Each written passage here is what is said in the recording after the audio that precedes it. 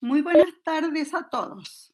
Para mí es un honor y agradezco la suerte de que sea durante mi presidencia de la Sociedad Chilena de Hipertensión que se realice este primer encuentro trasandino de hipertensión con la sociedad argentina, un anhelo que como sociedad teníamos de hace muchos años y que hoy se concreta gracias al apoyo de ambas sociedades y del laboratorio Pfizer Avion, al que reconocemos en esta oportunidad. Durante nuestros largos años de haber conocido el quehacer de cada una de estas sociedades en diversas actividades, tanto a nivel nacional como en el extranjero, podemos decir que la experiencia ganada en el mejoramiento de la calidad de vida de las personas hipertensas en relación a nuevos tratamientos, exámenes, educación al paciente y su familia, capacitación de personal de salud y de la comunidad, educación médica continua, entre otras, se debe en gran parte al trabajo realizado por expertos argentinos y chilenos reconocidos a nivel mundial que colaboran con ellas y comparten sus buenos resultados con entidades que ayudan a la difusión del conocimiento. Espero que esta actividad sea enriquecedora para todos los asistentes y esperamos que no sean tímidos al momento de realizar preguntas. En nuestras primeras charlas en relación a evidencias clínicas recientes en hipertensión arterial, voy a presentar al doctor Juan Ramón Soto, vicepresidente de la Sociedad Chilena de Hipertensión, cardiólogo, con el tema cronoterapia en el manejo de pacientes con hipertensión, evidencia actual. Y voy a dejar en este momento con ustedes al doctor Marín, que hará la siguiente presentación.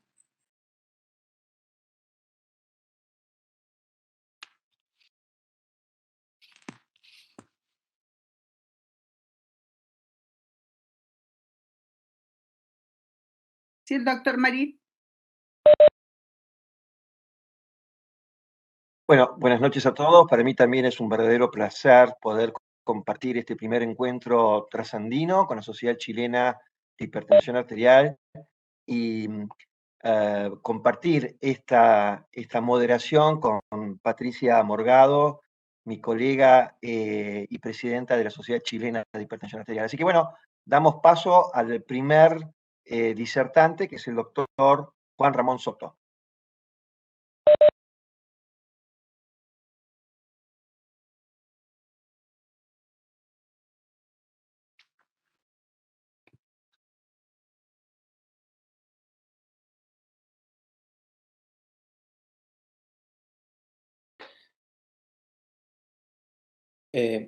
Muy buenas tardes a todos. Es para mí un verdadero placer poder participar en este primer encuentro trasandino de hipertensión arterial.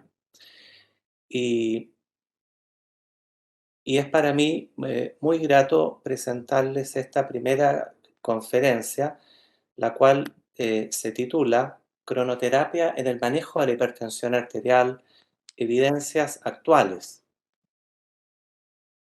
En primer lugar, les quisiera plantear la agenda que vamos a seguir, en que primero una breve introducción sobre cronobiología y cronoterapia, hipertensión y cronoterapia, evidencias, hasta el estudio TIME, luego el propio estudio TIME presentado hace poco más de 2 meses en el Congreso Europeo de Cardiología y unas conclusiones de la conferencia o de esta charla completa. Cronobiología, ¿verdad? Es la importancia del tiempo en biología, en los procesos biológicos. Sabemos que más de la mitad, tal vez, de todas las reacciones metabólicas, bioquímicas de nuestro organismo, de las miles que son o están regidas por un ciclo circadiano. Entonces, la importancia de este tema en realidad probablemente en medicina y biología tal vez haya sido subestimada. El término circadiano proviene de la locución latina circa diem, aproximadamente un día, es decir, cerca de 24 horas, y ritmo circadiano es el periodo cíclico de aproximadamente 24 horas de la actividad biológica de los organismos vivientes. En realidad, más que de los organismos pluricelulares, desde las bacterias que practican fotosíntesis hasta nosotros los seres humanos. El mecanismo comienza con un sistema que podríamos denominar fotoneuroendocrino, en el cual el estímulo lumínico o su ausencia interactúa con receptores retinianos que alcanzan vía este haz nervioso el núcleo supraquiasmático, una estructura hipotalámica que es el cronómetro maestro que regula todo nuestro ciclo circadiano en el encéfalo. Este núcleo supraquiasmático tiene múltiples conexiones, entre ellas con la glándula pineal, encargada de la secreción de la hormona melatonina. Este núcleo supraquiasmático tiene la cosa fascinante, maravillosa, de que está sincronizada con el tiempo geofísico, es decir, con la rotación de nuestro planeta en torno al Sol, y de ahí los periodos de día, noche, luz y oscuridad. Y al mismo tiempo, este núcleo supraquiasmático, este cronómetro maestro, interactúa con múltiples otros relojes periféricos en prácticamente todo nuestro organismo, afectando o regulando los ciclos circadianos del riñón, del corazón, de los vasos, etc. La importancia de la cronobiología se vio realzada porque en el año 2017 tres científicos norteamericanos, Hall, Rosbach y Young, fueron galardonados con el Premio Nobel de Medicina y Fisiología por sus investigaciones en los mecanismos moleculares que determinan los ciclos circadianos. Si entramos luego al aspecto de la cronoterapia, este dice relación, como ustedes saben, en cuanto a si la toma de los medicamentos a determinadas horas del día tiene un beneficio clínico o incluso al contrario efectos adversos. Son múltiples los fármacos a los cuales estamos expuestos y de ahí la importancia eventual de la cronoterapia que intentaremos reforzar en esta presentación, porque alguien podría descreer de ella. Hace 50 años se demostró que la expresión de la enzima limitante de la síntesis del colesterol en el hígado, la hidroximetil glutaril coenzimo A reductasa, era cíclica y exhibía un ritmo circadiano. 20 años después de este descubrimiento básico, la FDA norteamericana, la Food and Drug Administration, recomendó que simvastatina, una estatina de vida media corta, debía tomarse una sola vez al día, pero en horario vespertino, en horario de la noche, para poder interferir mejor la acción de esta enzima hepática. Este momento, este hito, señala la primera vez en que el conocimiento de un mecanismo molecular cronoterapéutico básico se aplica a la prescripción de un fármaco tan ampliamente usado como es la simvastatina. Por supuesto, esto tiene mucho menos importancia ahora en que contamos con estatinas de acción larga, pero podríamos decir que desde aquí arranca este tema en forma general.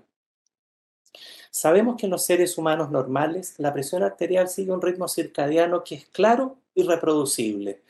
El día se inicia con un incremento de la presión arterial que puede alcanzar hasta 25 milímetros de mercurio en la interfaz entre sueño y vigilia. Durante el día mantiene oscilaciones que están determinadas por nuestras actividades cotidianas, y hacia la hora de dormir la presión comienza a disminuir, alcanzando su mínimo durante el sueño nocturno, siendo esto lo normal, lo fisiológico. Un breve recordatorio: por monitorización ambulatoria de presión arterial, es decir, por MAPA, hablamos de hipertensión nocturna cuando el promedio de la presión en la noche es igual o mayor a 120-70 milímetros de mercurio. Y luego tenemos varios patrones, como ustedes pueden ver, de descenso nocturno a la presión: el normal, el reducido, el extremo, el reverso. Los distintos patrones de DIP nocturno con los cuales estamos bastante familiarizados. Nosotros en nuestro grupo utilizamos para su estimación la presión arterial media, otros autores recomiendan la presión arterial sistólica. Hay una evidencia cada vez más, digamos, que se acumula en el sentido de que la hipertensión nocturna y un DIP nocturno anormal, reducido o incluso inverso o reverso, se asocian a un mayor daño de órganos blancos y a peores desenlaces cardiovasculares y renales, incluso más marcadores de un desenlace adverso que la presión diurna. Son múltiples las referencias que parecen dar sustento a esto. Y es por ello que surge la hipótesis, ¿no es cierto?, de si no será mejor prescribir los medicamentos antihipertensivos en la noche para poder interferir mejor y normalizar la hipertensión nocturna y modelar nuevamente un patrón de non-dipping que fuera anormal, versus la conducta más habitual que hemos tenido, que es la de recomendar la toma de los medicamentos por la mañana. Esta entonces es como una de las preguntas centrales que intentamos abordar. Ahora, es importante que les mencione, sin embargo, de que la interpretación de toda esta información se ve muy limitada porque la reproducibilidad del patrón de dipping nocturno es una reproducibilidad bastante baja. El año pasado, Giuseppe Mancha publica con base en el estudio ELSA de que si es que uno repite mapas, monitorizaciones ambulatorias de presión arterial en 2 pacientes, puede que el primer monitoreo ambulatorio, la primera mapa, no salga normal en el paciente, pero que si al año o a los meses en el mismo paciente repetimos un nuevo mapa, la reproducibilidad puede ser diferente y resulta que el paciente en verdad es un non-dipper. De esto se concluye que la reproducibilidad es ligeramente superior al 50%. Entonces, cuando catalogamos a un paciente de DIP nocturno normal o lo catalogamos de DIP anormal, subyace la duda, ¿verdad?, de si este paciente, cuál es su verdadero, digamos, cuál es su verdadero fenotipo en cuanto al DIP nocturno, porque no siempre podemos contar, ¿verdad?, con varios mapas en un mismo paciente. Esta es una primera dificultad que me parece de la mayor importancia. Y es por esto que las guías de la Sociedad Europea de Cardiología, en sus guías de práctica para la medición de la presión en el consultorio y fuera de este, determinan que para que podamos decir, por ejemplo, que alguien tiene un DIP nocturno anormal, fijémonos en esta fila, ellos ponen un superíndice que es la letra B, que se refiere a que el diagnóstico debe ser confirmado con una repetición, repeat ABPM, una repetición de la mapa. Lo mismo para la hipertensión nocturna, indicativo de que su reproducibilidad dista de ser perfecta en el mismo paciente en el seguimiento a través del tiempo. ¿Cuál era la evidencia con que contábamos hasta el estudio Time, hasta la aparición del estudio Time? Ustedes ven básicamente 8 estudios que se consideraron de cierta calidad, pero ninguno de ellos era realmente apropiado para responder la pregunta. Unos porque usaban solamente dosis nocturna, como fue el estudio Hope, sin comparar con una dosis matutina. Otros, como el estudio del grupo español liderado por Ramón Hermida, porque recibió múltiples cuestionamientos metodológicos. Y esto lo vemos representado acá en que el grupo de Hermida reportó que si uno administraba los medicamentos en la noche, ustedes ven que los desenlaces cardiovasculares eran pero muchísimo mejores que si estos mismos fármacos o similares se daban por la mañana. Un grupo de expertos hipertensólogos ha considerado que estos resultados son poco plausibles, son poco reproducibles también por otros grupos. Y también ellos plantean algo bien elocuente. Si es que estos resultados eran tan formidables, el comité de ética que estaba supervisando el estudio debió haberle dado un término anticipado.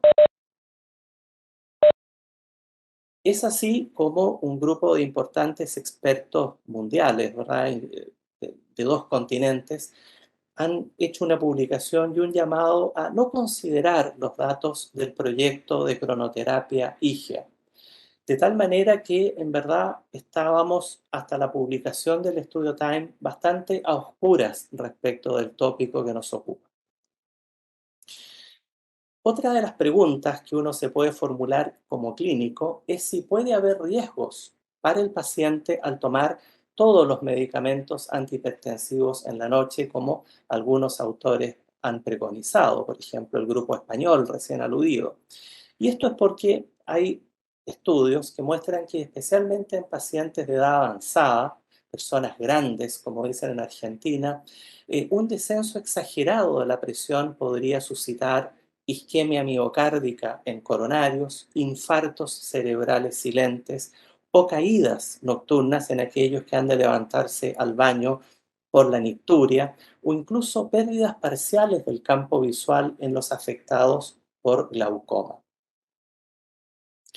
Importante también para contextualizar y que lleguemos a las conclusiones que propongo al final, es que hay algunos subgrupos de pacientes que son más susceptibles de tener hipertensión nocturna y de tener una arquitectura anormal del descenso de su presión. Entre estos se cuentan los diabéticos, los enfermos renales crónicos, pacientes con apnea del sueño, con hipertensión resistente y también pacientes de ascendencia africana, los cuales tienen mayor tendencia a tener estas alteraciones del sueño y de la presión arterial. Y es aquí donde hace aparición el estudio, el ensayo clínico Time, que vio la luz recién en agosto de 2022 en el marco del Congreso Europeo de Cardiología en Barcelona de este año, presentado por el profesor McDonald. Este estudio británico fue un estudio pragmático en que los criterios de inclusión fueron muy simples. Pacientes hipertensos en tratamiento con un fármaco antihipertensivo más que se tomara una vez al día nada más. No medicamentos que por su vida media tuvieran que ser dosificados cada 12 horas, por ejemplo. No. Que contaran con una dirección de email, de correo electrónico válida, ser residentes del Reino Unido y registrados con su respectivo General Practitioner y ser pacientes de edad adulta. El diseño del estudio Time fue un diseño de tipo PROVE, esto es prospectivo, aleatorizado, con aleatorización abierta, open label, pero en que el comité que asignaba los eventos en uno u otro brazo era así ciego respecto de a qué brazo pertenecía el paciente que estaba siendo analizado. Acá ustedes pueden ver, el paciente se inscribía motu propio en el sitio web del estudio Time. Su inclusión era confirmada por los investigadores, era aleatorizado en una proporción 1:1 a una dosis matinal o a dosis nocturna, y el seguimiento era efectuado por email y también por un link de los investigadores a los registros clínicos del Servicio Nacional de Salud británico, de tal manera que si el paciente decía, tuve un infarto, ellos lo podían chequear en los registros clínicos ingleses. El punto de término compuesto principal fue un conglomerado de hospitalización por infarto del miocardio no fatal, hospitalización por accidente vascular cerebral o muerte de origen vascular. Raya para la suma, no hubo diferencia estadísticamente significativa en cuanto a este punto de término principal compuesto en los dos brazos del estudio. Es decir, dio igual si el medicamento o los medicamentos eran ingeridos por la mañana o por la noche. Ustedes ven contradiciendo completamente los resultados del estudio de cronoterapia IGEA. Acá ustedes pueden ver la curva de eventos, ¿no es cierto?, en uno y otro brazo, recientemente publicado en la revista Lancet, del mismo estudio Time. Otras observaciones de este estudio es que la mediana de seguimiento fue de algo más de 5 años, la edad promedio al ingreso, el año 2011, fue de 65 años, es decir, no era una población de hipertensos jóvenes. enfermedad cardiovascular establecida 13%, diabéticos 14%, y no hubo un incremento de eventos adversos en aquellos que ingirieron sus medicamentos por la noche versus aquellos que los tomaron por la mañana. ¿Cuáles limitaciones o cuáles críticas ha recibido el estudio? Que la aleatorización fue abierta, podría constituir un sesgo, y otro sesgo es que los pacientes se autoseleccionaron. Ellos mismos se inscribieron en el website motu proprio y que eran tecnológicamente competentes, es decir, pacientes capaces de contestar un correo electrónico, etcétera, de interactuar con los medios digitales, y que ello pudiera ser también un sesgo. ¿Cuáles son las conclusiones de mi presentación? La primera es que el tiempo en biología y medicina importa. No podemos seguir haciéndonos que esto no es relevante. En segundo lugar, debemos procurar, de todas maneras, utilizar antihipertensivos de acción prolongada que permitan el control de la presión arterial durante las 24 horas, porque todavía hay dudas que subsisten. Tercero, indudablemente que el ensayo TIME ha sido muy importante, y estos últimos datos del TIME sugieren que podemos indicar los medicamentos por la mañana o por la noche indistintamente. Pero hay algunas dudas. Por ejemplo, ¿habrá algunos subgrupos con hipertensión realmente nocturna? No nos olvidemos que el estudio TIME no es un estudio de hipertensión nocturna, es un estudio de hipertensión en general. Entonces, repito, ¿habrá subgrupos de hipertensos que sí tienen hipertensión nocturna que se beneficien de una dosis vespertina, especialmente si son de alto riesgo, por ejemplo, con enfermedad cardiovascular, con enfermedad renal crónica, con enfermedad obstructiva del sueño, con diabetes?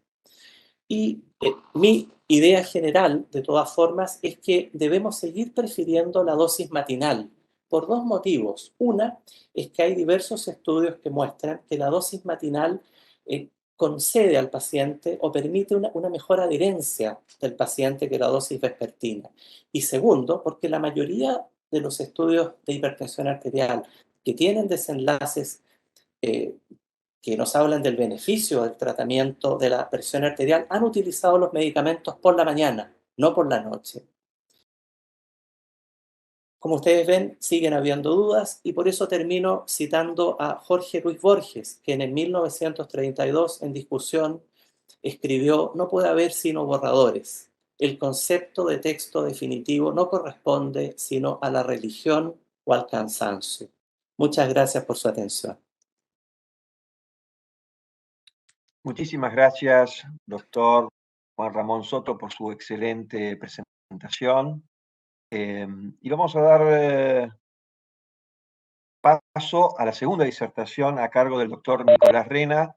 Nicolás es el actual vicepresidente de la Sociedad Argentina de Hipertensión Arterial, y él nos va a hablar sobre el incremento de la presión arterial durante el ejercicio, durante una prueba ergométrica. Así que, Nicolás, te escuchamos. ¿Qué tal? ¿Cómo les va? Muy buenas tardes. Ante todo, agradecer tanto a la Sociedad Argentina de Hipertensión Arterial como a la Sociedad Chilena de Hipertensión Arterial y al Laboratorio Pfizer por la invitación. Y yo voy a centrarme en una presentación concisa y directa sobre qué rol tiene el incremento de la presión arterial durante el ejercicio. En primera instancia, en la agenda veremos un poco de definición. Después, si realmente podemos hacer un diagnóstico de hipertensión arterial durante una prueba de ejercicio. Después, qué rol tiene esto sobre la patología. Qué capacidad genera, o si reduce o aumenta la capacidad del ejercicio. Y por último, si tiene alguna indicación pronóstica como para tener en cuenta. En la parte definitoria, a mí me gustaría mostrarles que decimos que hay hipertensión o incremento de la presión arterial durante el ejercicio cuando la presión arterial máxima supera los 210 milímetros de mercurio para la sistólica y los 190, sistólica en el hombre y en la mujer de 190, y como criterio de determinación de la prueba tenemos 250 milímetros de mercurio para ambos sexos. Por otro lado, es importante que nosotros identifiquemos qué rol tiene sobre el manejo de la hipertensión arterial este hallazgo o esta posibilidad de encontrar incremento de la presión arterial por encima de los valores que establece el American Heart, que es lo que vimos recién. Y ahí es donde nosotros nos preguntamos ¿qué hacemos? ¿Tratamos esta presión arterial incrementada? Esto es un criterio de decir, bueno, este paciente si no estaba medicado lo medico, o si estaba medicado modifico las dosis. Esto es independientemente de la etapa en la que nosotros estamos hablando, si esto es a baja carga, alta carga, o cuando hablamos de pruebas ergométricas de pacientes con alto entrenamiento. Y por último, si debemos, por ejemplo, hacer otra prueba ergométrica cuando tratamos o hacemos alguna modificación, ya sea en el estilo de vida o farmacológica, para probar si esto anduvo bien.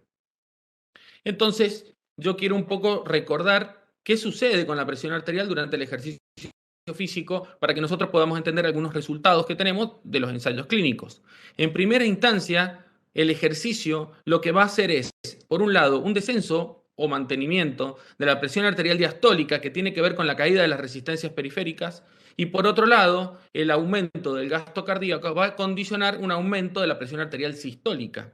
Es decir, que es esperable que nosotros encontremos en el ejercicio físico, ya sea por aumento de la frecuencia cardíaca, por aumento del output cardíaco, un aumento de la presión arterial sistólica y también un descenso o al menos una persistencia de la presión arterial diastólica, y por lo tanto estos dos valores van a tener una implicancia diferencial.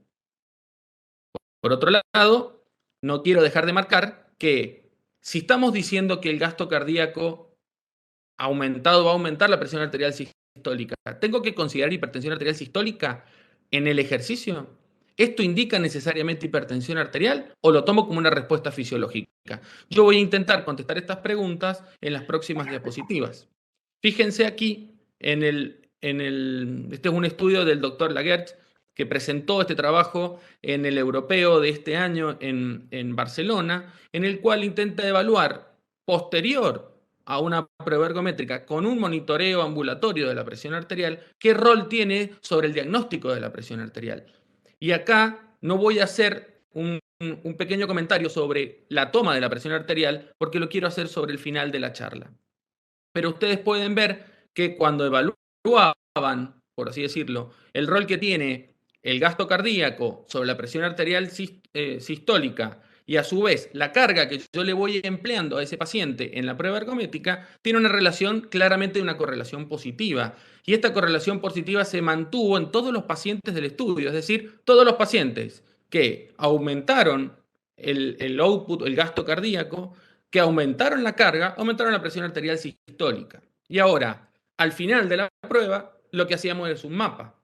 Cuando nosotros evaluábamos a los pacientes durante la prueba ergométrica, que también se les medía, era una prueba en la cual también hacía ejercicio pulmonar y podíamos ver el consumo miocárdico de oxígeno, había un cuarto de los pacientes que nosotros podíamos clasificarlos, de acuerdo a las guías de la Sociedad Europea, como que tenían hipertensión arterial. Sin embargo, esos mismos pacientes los llevaba al mapa y ustedes fíjense que para la sistólica y para la diastólica a la derecha, los pacientes tenían presión arterial normal. Inclusive, fíjense que hay un pequeño grupo que por la dispersión, que es aquí, podían llegar a estar rozando el 130 milímetros de mercurio en el promedio sistólico de 24 horas. Pero en líneas generales, todos estos pacientes por mapa no eran hipertensos.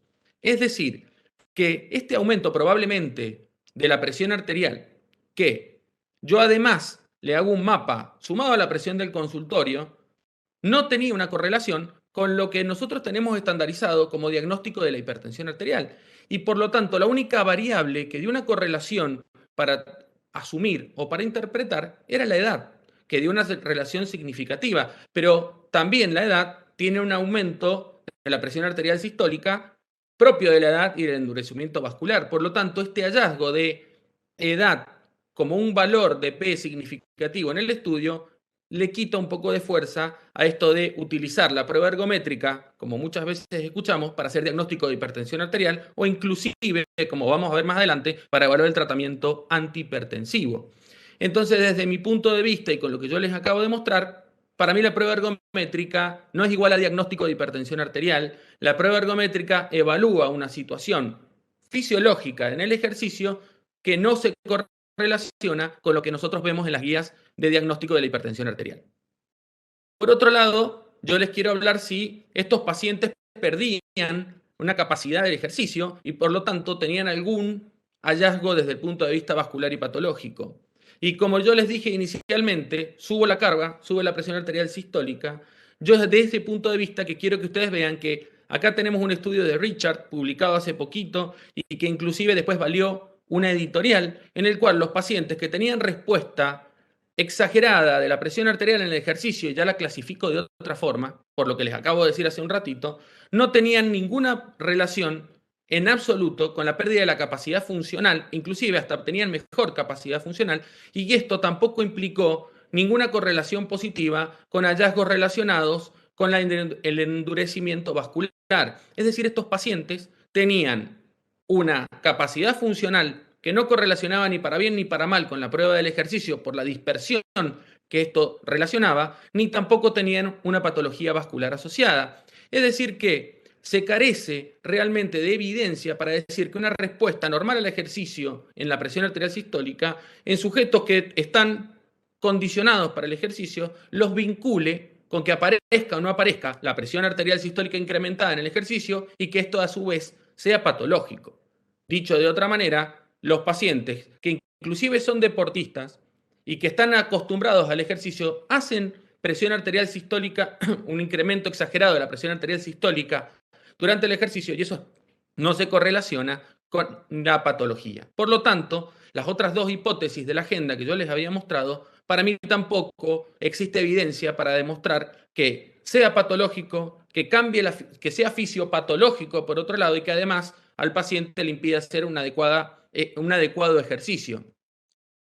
Y ahora vamos a ver un poco, para ya ir redondeando, qué pasa como marcador de mal pronóstico. Este es un estudio publicado hace 4 meses en la revista Hypertension por el doctor Schultz, en el cual demuestra que los pacientes con diabetes mellitus tipo 2 tenían una alta prevalencia de una respuesta exagerada de la presión arterial durante el ejercicio y que esto era bastante independiente de los eventos cardiovasculares, pero sí tenían una diferencial con los pacientes que no eran diabéticos.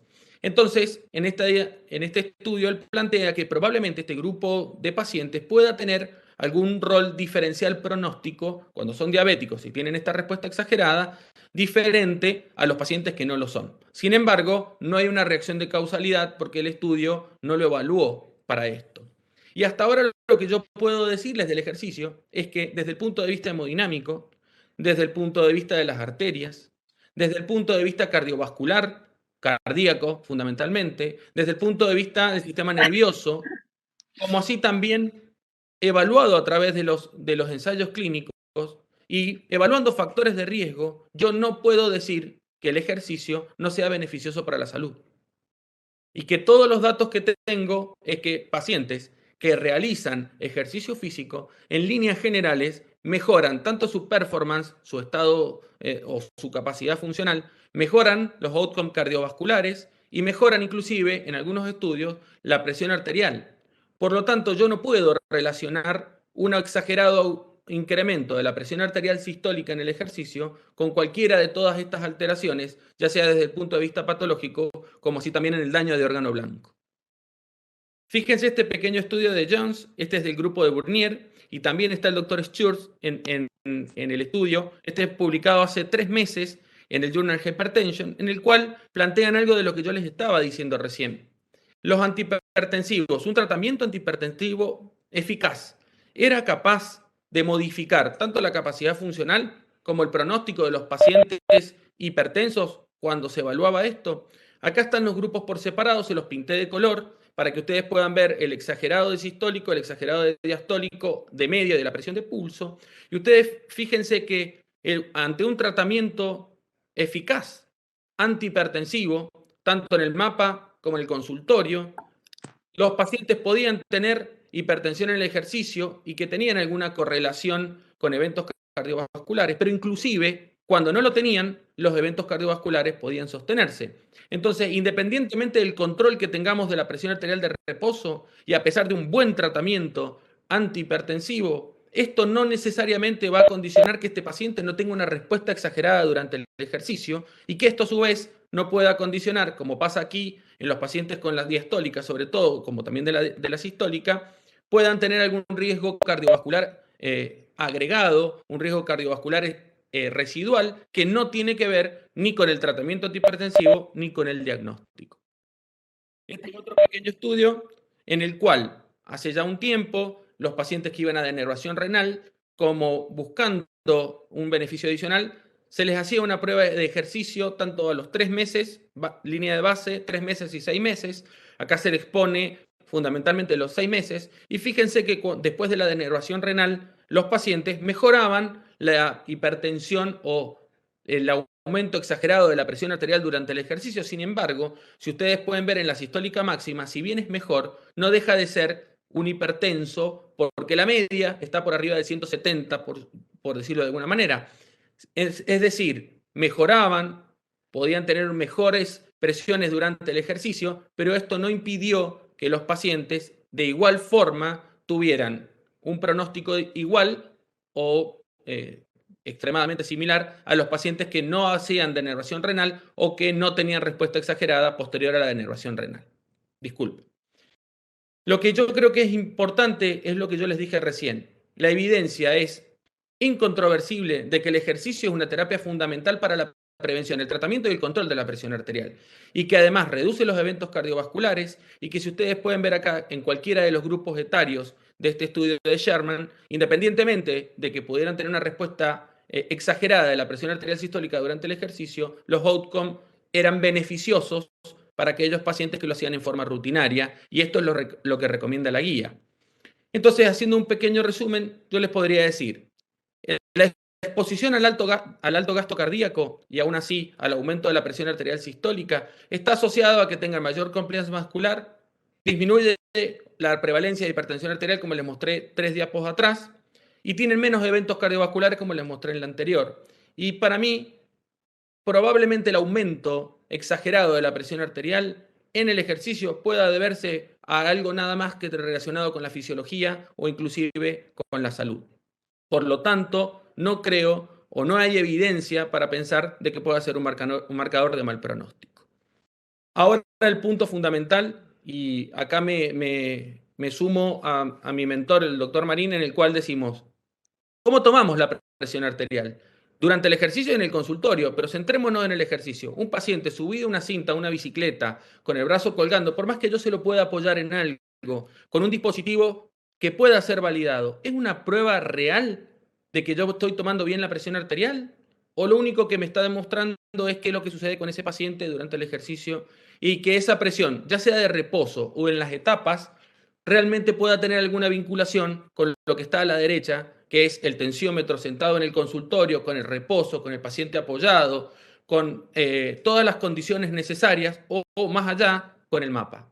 Creo que esta podría haber sido la diapo que resume todo y que tranquilamente podría haber puesto solamente para lo que teníamos como pregunta inicial. La presión arterial tomada durante el ejercicio tiene condiciones diferenciales y por lo tanto no podemos asociarla a lo que sucede en el consultorio o en el mapa. Puntos importantes. Se carece de un consenso para saber qué es lo que sucede con la presión arterial sistólica, cuáles son los límites, cuándo es normal y cuándo no. Se debe garantizar igual que las mediciones durante la ergometría sean estándar y sean bien hechas. Actualmente una presión arterial sistólica en los pacientes entrenados y con alta resistencia está solo relacionado a un mayor consumo de oxígeno, con unas VO max más altas, a mayores tasas de trabajo, a mayor masa muscular, pero no está asociado a pronóstico. Y todavía tenemos un gap muy importante en la evidencia para decir realmente que esta respuesta exagerada refleja un resultado patológico. Agradezco mucho y doy paso a la siguiente presentación.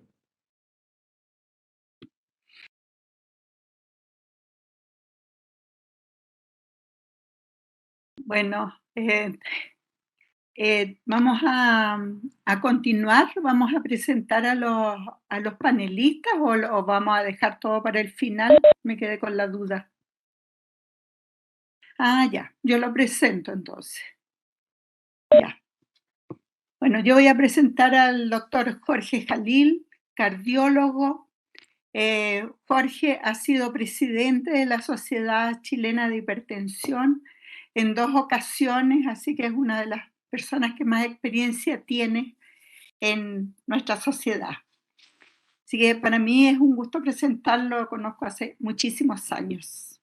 Bueno, va a decir que no diga que tanto, pero hace muchos años. Adelante, Jorge.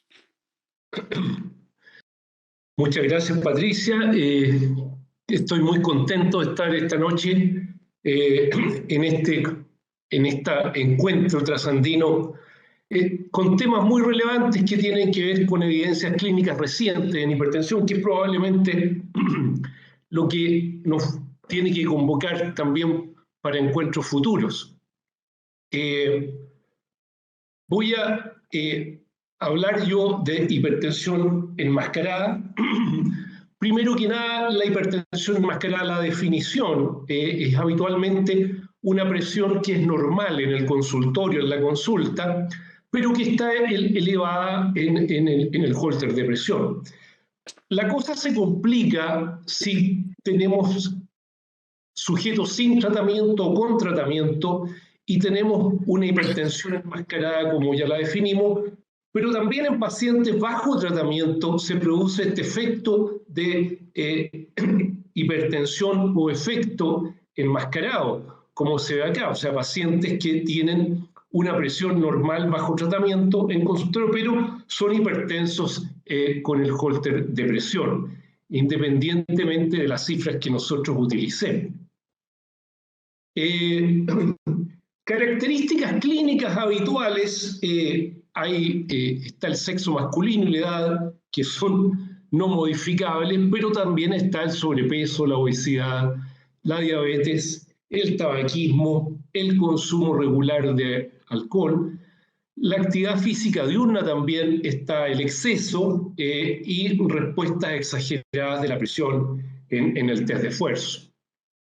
En general, la prevalencia es alrededor de 8,5 a 16%, pero en poblaciones con presión elevada en consulta, hipertensos en la consulta, esto puede llegar al doble. Es importante porque una proporción importante de personas con riesgo cardiovascular puede permanecer sin ser detectados. Las frecuencias que se encuentran en la literatura en sujetos no tratados, o sea, verdadera hipertensión enmascarada, en sujetos en población, digamos, global, 12,3%, un estudio bastante grande en americanos adultos, en diabéticos no tratados, hasta un 30%, y en sujetos bajo tratamiento, 31% en hipertensos controlados en consultorio, 41% en diabéticos y 56% en pacientes con enfermedad renal crónica. Yo voy a tocar estos aspectos diagnósticos, algunos riesgos asociados y algunos fenotipos, como dice la charla, para finalizar con algunas consideraciones terapéuticas. ¿Cuál es el diagnóstico propiamente tal, el diagnóstico clínico? Se sugiere que sea restringido a hipertensos no tratados, pero esto es una pregunta en realidad. Esto no está claramente establecido porque está, como les decía, el efecto de hipertensión enmascarada en pacientes bajo tratamientos. Distintos estudios están sugiriendo que los pacientes con hipertensión enmascarada, su riesgo de eventos cardiovasculares es más o menos entre 1,5 a 3 veces que una persona con presión normal mantenida.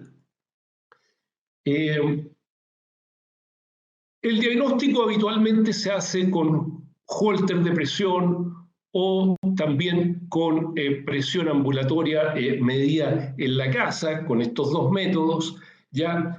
Pero también es planteable, dada la prevalencia, ¿ya?, que hacer estudios con formas más sencillas de hacer el diagnóstico o técnicas diferentes. Un patrón, ya se mencionó, es la hipertensión nocturna enmascarada, ¿ya?, que se asocia a patrones de non-dip o dip reverso, daño de órganos blancos, de órganos diana, y mayores complicaciones en estos pacientes. En los últimos años hay estudios en hipertensión nocturna enmascarada.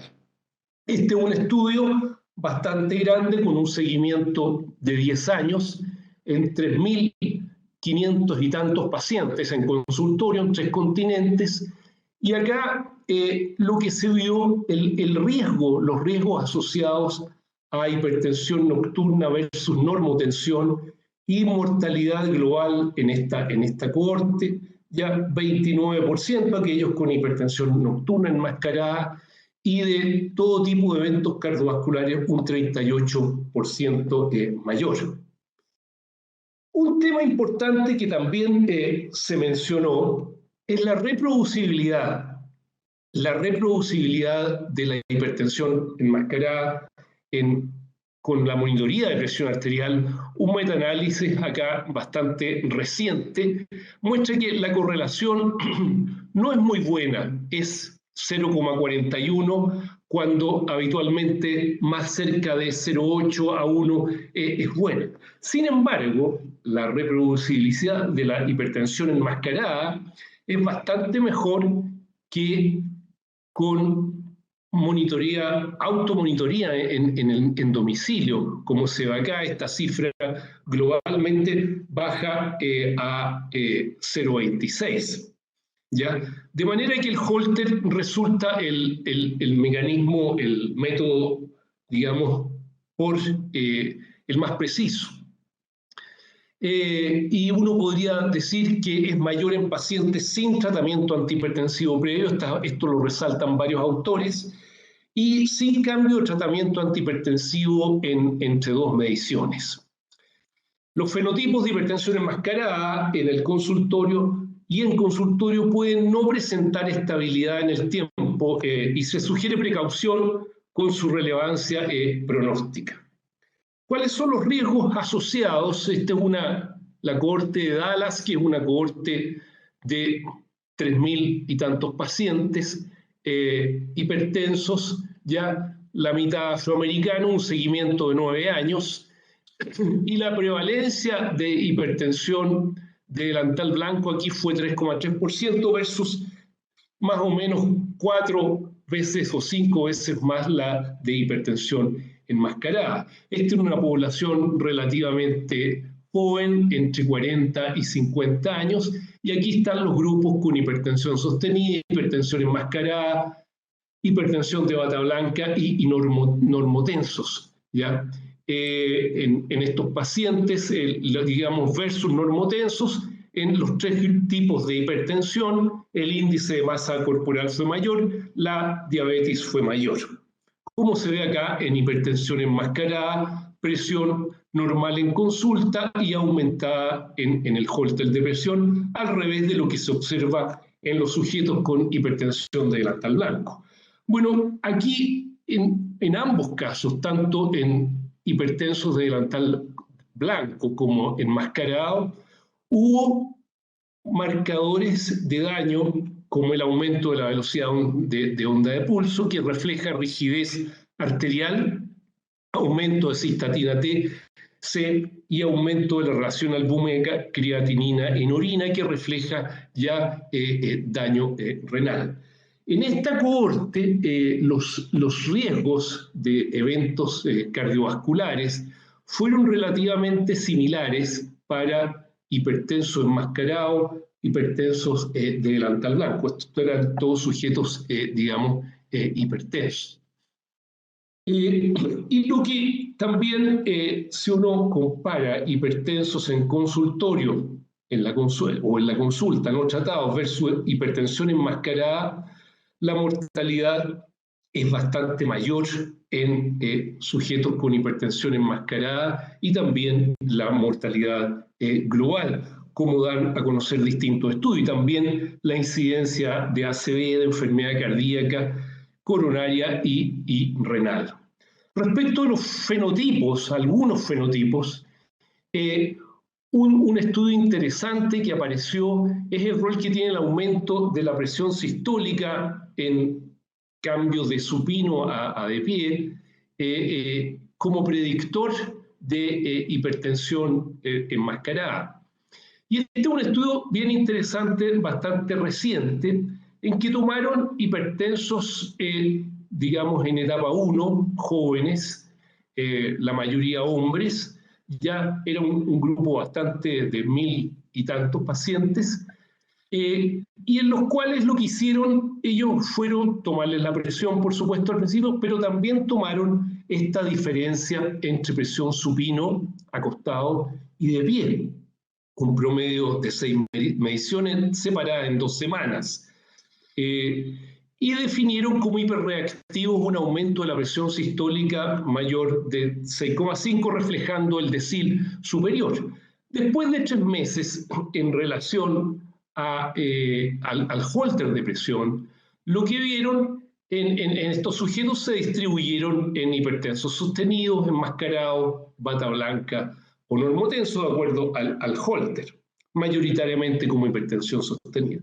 Sin embargo, el riesgo relativo, digamos, el riesgo en los hipertensos de hacer hipertensión enmascarada para los hiperreactivos, o sea que aumentaban 6,5 más de presión sistólica, fue de 2,5 veces ya a los 3 meses. Esto, digamos, fue mayor cuando se acoplaba a mediciones de eliminación de epinefrina en la orina 24 horas, como se da acá. En esta población joven, entonces, un aumento exagerado de la presión de pie es un determinante independiente de hipertensión, y eso independiente de qué tipo de definición usemos en el holter. Y tiene mayor asociación en sujetos con mayores niveles de epinefrina en orina de 24 horas. La hipertensión enmascarada en diabéticos es relevante porque estos pacientes tienen un riesgo bastante mayor de enfermedad cardiovascular versus controles no diabéticos, normotensos. Sin embargo, muchos diabéticos pueden estar normales, normotensos en la consulta y no saber, digamos, que tienen mayor riesgo dado por la hipertensión enmascarada. Y en este sentido me pareció un estudio pequeño, pero bastante interesante, en que tomaron sujetos diabéticos, ya con o sin tratamiento, las nuevas definiciones de hipertensión, las americanas del 2017, en la oficina, y una semana después hicieron un holter de presión, ¿ya? Y usaron también criterios, digamos, 2017 para establecer. Tenían 200 pacientes, aquellos que tenían la presión normal en la consulta una semana antes, resultaron un 53% de ellos, los que estaban sin tratamiento, tenían hipertensión enmascarada. Aquellos con tratamiento y normotensados tenían un 56%, bastante similar, el efecto de hipertensión enmascarada. Los que estaban hipertensos en la consulta, aquellos hipertensos en la consulta, bueno, tenían bata blanca sin tratamiento un 32% versus un 15%. ¿Ya? De manera que al confiar exclusivamente en la medición habitual de la presión en la consulta, el verdadero fenotipo de la presión en pacientes diabéticos podríamos estarlo ocultando o no identificándolo correctamente. El holter de presión es un complemento bastante valioso que aporta en el diagnóstico y en el manejo, especialmente en aquellos con presión normal en consultorio. Hipertrofia ventricular, que es un tema que a mí me interesa bastante. ¿Qué pasa con la hipertensión enmascarada e hipertrofia? Y aquí hay un estudio en que tomaron 5 estudios bastante grandes, un total de más de 15.000 pacientes, de acuerdo a las guías de 2017, y analizaron a los participantes con presión normal en consulta, menos de 140 y menos de 90, de los cuales resultaron 2.400 y tantos. Aquí lo que quiero ver es, usaron tanto los criterios, digamos, clásicos 2017, también, y los criterios más actuales americanos. ¿Qué pasó acá? La prevalencia de hipertensión enmascarada, según las guías antiguas o las más recientes americanas, si tomamos a los pacientes sin medicamento, fue 37 y 52% con una y otra 140, 90, 130, 80 respectivamente. El sujeto sin tratamiento. Y eso subió bastante en los pacientes que estaban tomando tratamiento, de manera que bastante prevalente. ¿Qué pasó con la hipertrofia? La hipertrofia ventricular, esta se definió clásicamente por ecocardiografía, de acuerdo a las guías 140-90, aquellos sin hipertensión, sin, digamos, medicamentos, el 10% tenía hipertensión enmascarada. Ya la prevalencia en ellos de hipertrofia, perdón, era 10% versus 3,7 con las guías clásicas. De manera que las guías, digamos, reflejan una mayor prevalencia de hipertrofia ventricular en estos pacientes. Y finalmente, algunas consideraciones sobre tratamiento en hipertensión enmascarada y qué tipo de recomendaciones en el paciente no tratado. Aquí hay como inicio del tratamiento y también como aumento del tratamiento. Si comparamos evidencias en relación a hipertensión delantal blanco, bueno, y normotensión, versus hipertensión sostenida, que es la hipertensión que nosotros habitualmente tratamos, la evidencia es 1A, es decir, es de buena calidad y existen estudios randomizados. En hipertensión enmascarada también posiblemente hay que iniciar tratamiento en estos pacientes. La evidencia es buena, pero basada también más en opinión de expertos.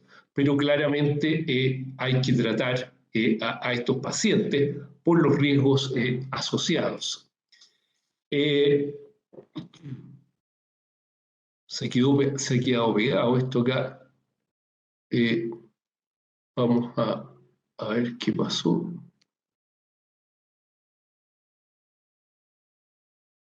Vamos a ver.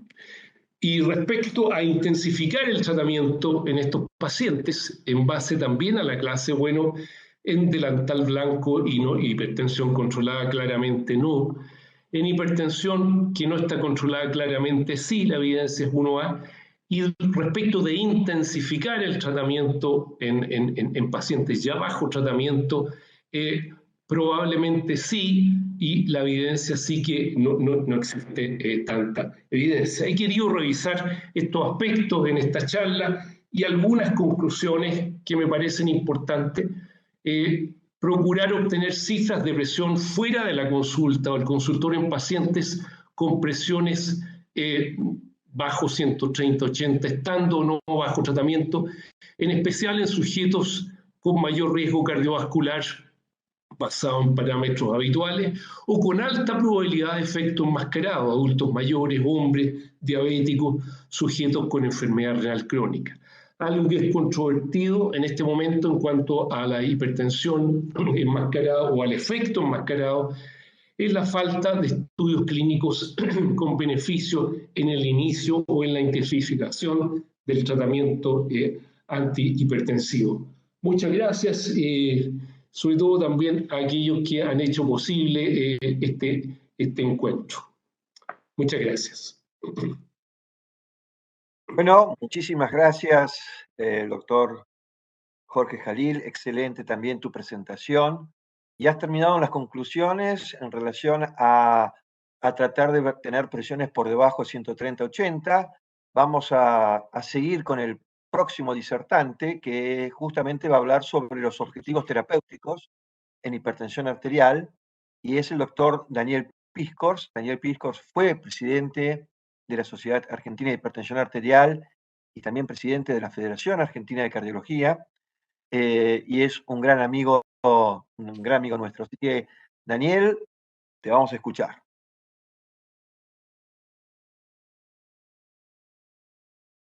Agradezco a las sociedades de hipertensión arterial de Chile y de la Argentina por invitarme a participar de este primer encuentro trasandino de hipertensión arterial. El tema que les presentaré en esta reunión será cuál debería ser nuestro punto de corte como objetivo terapéutico.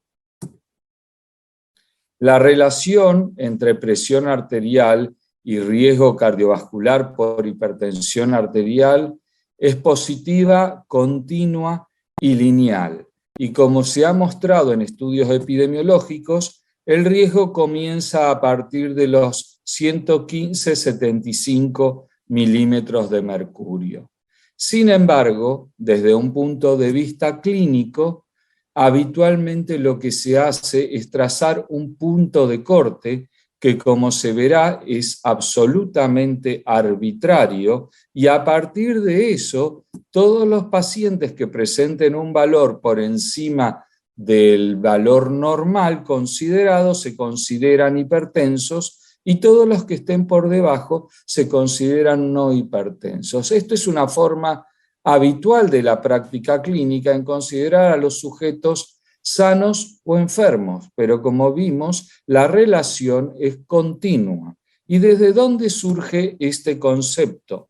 Fíjense, surge desde hace cerca de 80 años a partir de los estudios de la presión arterial de la Sociedad Actuarial de los Estados Unidos, con el objeto de establecer las tablas para evaluar la costo-efectividad de los seguros médicos. Esta forma de ver la hipertensión y su asociación con el riesgo cardiovascular fue continuada con los resultados del estudio Framingham y más tarde con algunos metaanálisis que mostraron la relación lineal y continua, es decir, que no existe un punto de corte artificial en el cual podemos decir que las personas no tienen riesgo cardiovascular.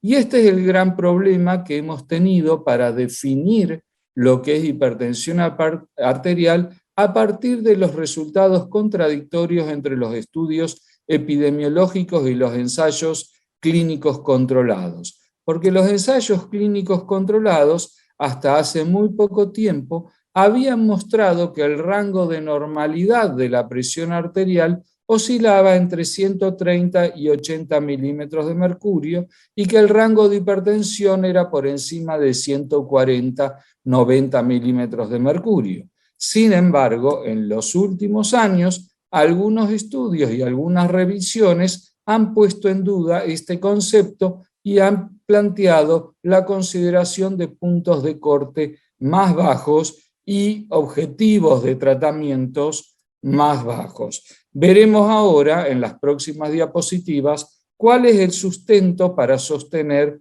estas manifestaciones. Lo cierto es que para tratar de preguntar cuál debería ser nuestro punto de corte como objetivo terapéutico, fíjense que excepto las guías americanas, todas las demás guías, las europeas, las de la Sociedad Internacional y la nuestra de la Sociedad Argentina de Hipertensión Arterial, establecen que para el diagnóstico de hipertensión arterial esta debería estar por encima de 140-90 milímetros de mercurio, mientras que las guías americanas plantean puntos de corte más bajos. ¿Y cuáles son las metas terapéuticas según estas sociedades científicas? Las guías americanas establecen una meta objetivo de menos de 130-80 en sujetos en prevención secundaria o con alto riesgo cardiovascular, y que en los sujetos de bajo riesgo cardiovascular estas metas podrían ser razonables. Las guías europeas plantean que para individuos entre 18 y 69 años de edad, el objetivo debería ser una presión arterial entre 120 y 130 y menos de 80 milímetros de mercurio para todos los pacientes, excepto aquellos que tengan enfermedad renal crónica. Y para los individuos mayores de 70 años, un objetivo de menos de 140 y menos de 80. ¿Qué es lo que dice la Sociedad Internacional? Que es esencial alcanzar una presión arterial de menos de 140/90 y alineándose con la propuesta de la Sociedad Europea en individuos de menos de 65 años, una meta de menos de 130/80 y para mayores de 65 años, una meta de menos de 140/90. Tras un análisis exhaustivo, las últimas guías argentinas de hipertensión arterial establecen como meta una presión arterial de menos de 140/90 milímetros de mercurio. Ahora fíjense que la Sociedad Europea de Hipertensión y la Sociedad Europea de Cardiología, desde el año 2009, mantienen como meta terapéutica lo que les voy a mostrar ahora, basándose en los datos actuales que consideraban prudente recomendar un descenso tanto de la sistólica como de la diastólica en el rango de 130/139 y 80/85 y posiblemente cercano a los valores más bajos de este rango en todos los pacientes hipertensos. Y estos datos fueron acompañados por un análisis post-hoc de Peter Slade del estudio OnTarget, que mostró también que el punto final primario alcanzaba sus beneficios en términos de reducción de la presión arterial con un nadir en 130 milímetros de mercurio de sistólica y solo la reducción del riesgo del ataque vascular cerebral se lograba en su máxima expresión con valores de 121 milímetros de mercurio. Sin embargo, consolidando estos datos con la mortalidad cardiovascular y el infarto de miocardio, se observa que no tuvieron impacto en el desarrollo del punto final primario cuando la presión sistólica se reducía por debajo de 130 milímetros de mercurio. Y esta información fue sostenida en la era previa al estudio SPRINT en algunos metaanálisis como este de Tomopoulos, Parati y Alberto Zanchetti, en el que se observa que excepto por una reducción del ACV, del ataque vascular cerebral, con metas de presión arterial entre 120 y 129 versus 130 y 139 milímetros de mercurio para la sistólica, y entre 80 y 89 versus más de 90 para la diastólica en relación al ataque vascular cerebral, en los otros puntos finales prácticamente no había una gran diferencia entre reducir la presión entre 130 y 139 y entre 120 y 129 para la sistólica o entre 80 y 89 para la diastólica. Pero luego se publica el estudio SPRINT y entonces se realizan algunos metaanálisis post-SPRINT que tienen resultados distintos, mientras que otros metaanálisis sostienen los resultados de estudios previos. Y básicamente el mismo metaanálisis de Tomopoulos, Parati y Zanchetti, en esta circunstancia, agregando los datos del estudio SPRINT, sí muestran que para todos los puntos finales, ataque vascular cerebral, enfermedad coronaria, mortalidad cardiovascular y mortalidad total, reducir la presión arterial sistólica por debajo de 130 incrementa el beneficio con una reducción en 5 años de tratamiento en 1000 pacientes de 8 eventos de ACV, 8 eventos de enfermedad coronaria, 5 eventos de mortalidad cardiovascular y 10 eventos adicionales de mortalidad total. Sin embargo, fíjense las conclusiones que parecen bastante contradictorias del metaanálisis de Tomopoulos, Parati y Zanchetti. Ellos hablan de que con estos descensos más intensivos hay un 24% de reducción de eventos cardiovasculares mayores, pero con un 89% de incremento de interrupción del tratamiento. y esto básicamente se debe a los efectos adversos de las reducciones tan intensas de la presión arterial. De modo tal que se evitan 33 eventos cardiovasculares mayores cada 1000 pacientes que se traten durante 5 años, a costa de 84 abandonos por cada 1000 pacientes en 5 años. El análisis de metaregresión indicó que tanto la reducción de eventos como el exceso de abandonos están significativamente relacionados con la extensión de la reducción de la presión, pero que el exceso absoluto de interrupción del tratamiento se incrementa desproporcionadamente con los efectos intensivos sobre la presión arterial más que la reducción de los eventos. Es por eso que sorprende las recomendaciones, al menos en mi opinión, de las guías europeas, ya que se basan precisamente en los planteos de ese metaanálisis de Tomopoulos, y entonces muestran los objetivos de presión arterial que les comenté en la diapositiva anterior. Es decir, hay una contradicción entre las recomendaciones de las guías europeas y el sustrato sobre el que apoyan estas recomendaciones. ¿Qué es lo que pasa con las guías del American College of Cardiology y el American Heart Association? Estas guías se basan en una revisión sistemática precisamente encargada por los autores de las guías, publicados algunas semanas o meses después de la publicación de las guías, donde se ve nuevamente que en la revisión sistemática la mortalidad total en 9 estudios, 25.000 pacientes, no se redujo, al igual que la mortalidad cardiovascular, la incidencia de infarto fatal y no fatal, la presencia de insuficiencia cardíaca o la enfermedad renal. Y sí, como veníamos observando previamente, un tratamiento intensivo reduce el riesgo de tener un ataque vascular cerebral fatal y no fatal en un 18%. Y si sumamos todos los eventos cardiovasculares mayores, fíjense que también hay una reducción del 16% con un tratamiento intensivo. Es decir, que nuevamente, y como en los últimos 20 años, los resultados de los metaanálisis, los resultados de las revisiones, van siempre en la misma dirección. Reducción significativa con descensos más intensivos de la presión arterial de los ataques vasculares cerebrales, pero sin evidencias en otros puntos finales duros. Y fíjense en qué se basa el análisis de esta revisión sistemática encargada por los autores de las guías americanas, descensos de la presión arterial comparando menos de 120, menos de 140, o menos de 130 y menos de 140.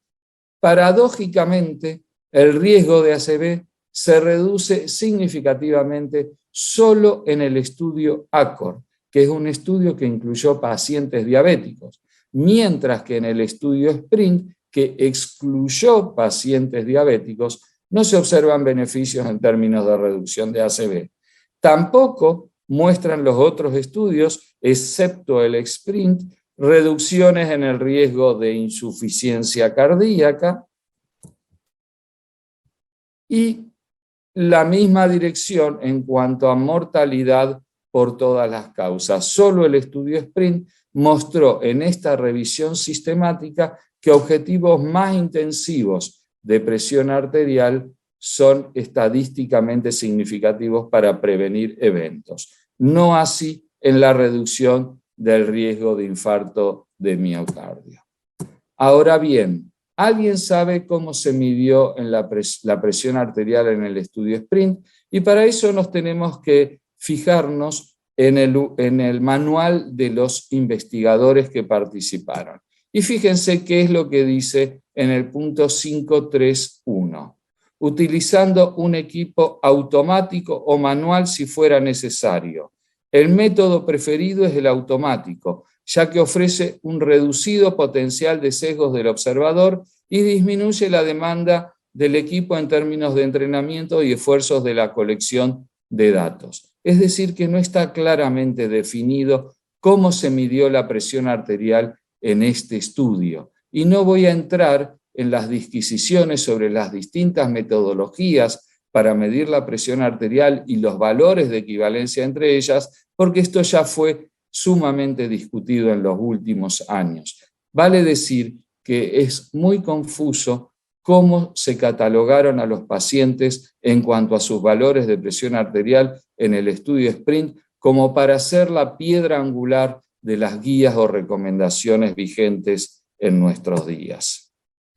Y fíjense qué interesante, y pongo el enorme listado de autores de esta editorial sobre el estudio SPRINT.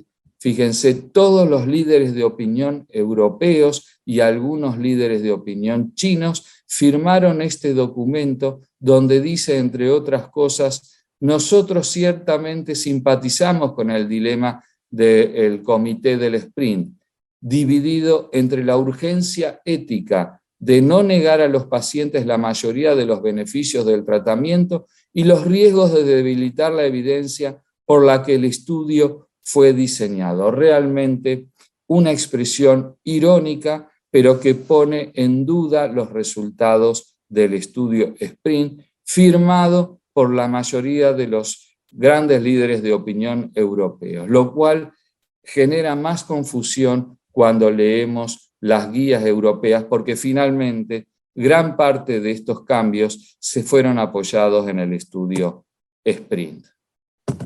Hay otros estudios como el estudio STEP, un estudio chino, publicado recientemente a posteriori de las guías tanto americanas como europeas, un estudio que probó un tratamiento intensivo en sujetos que en promedio tenían una presión sistólica basal de 146 milímetros de mercurio y que con el tratamiento se redujo en alrededor del año y medio de tratamiento a 135.3 versus 127.5, y la incidencia del punto final primario acumulado, que incluye, además de los habituales, fibrilación auricular, insuficiencia cardíaca, se redujo significativamente en un 26% en individuos entre 60 y 80 años de una monoetnia, pero fíjense, de 4.6 a 3.5, es decir, una reducción del riesgo absoluto del 1%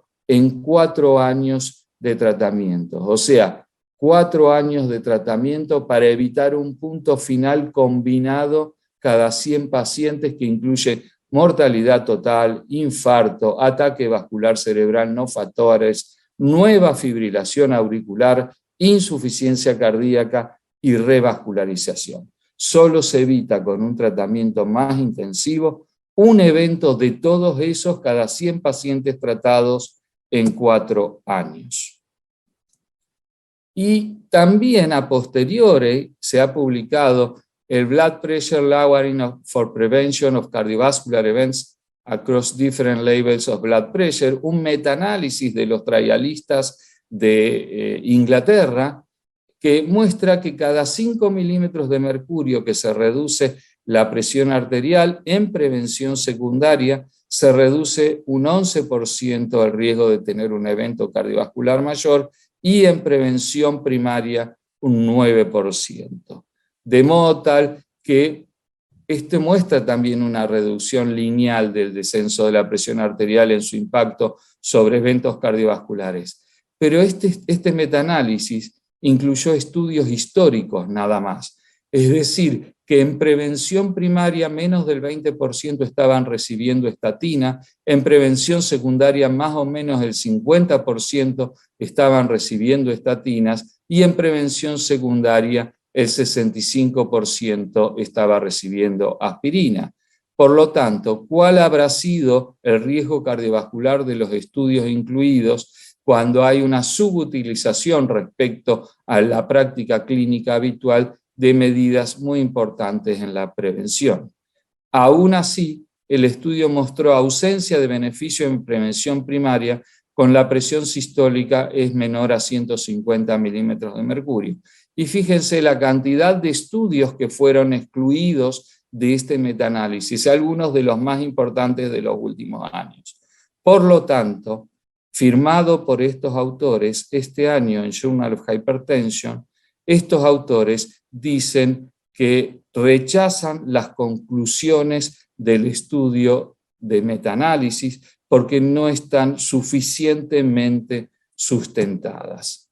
Y entonces tenemos que hablar un poco de la calidad de las guías de la práctica médica, y fíjense en términos de independencia editorial, aplicabilidad, claridad y presentación, rigurosidad del desarrollo, participación de los interesados, alcance y propósito en guías de hipertensión, diabetes y dislipemia, y fíjense claramente que la calidad de la evidencia que se publica en las guías dista bastante de lo que sería deseable para todos nosotros. Y entonces, ante esta, digamos, falta de fortaleza de las guías, nos preguntamos si los médicos no cumplimos con las guías o no seguimos las guías, si es por inercia o verdaderamente por incredulidad de lo que muestran las guías, como publicó el New York Times acerca del estudio OLHAT algunos años anteriores. Es decir, en este caso, si por ejemplo los médicos no creemos que los diuréticos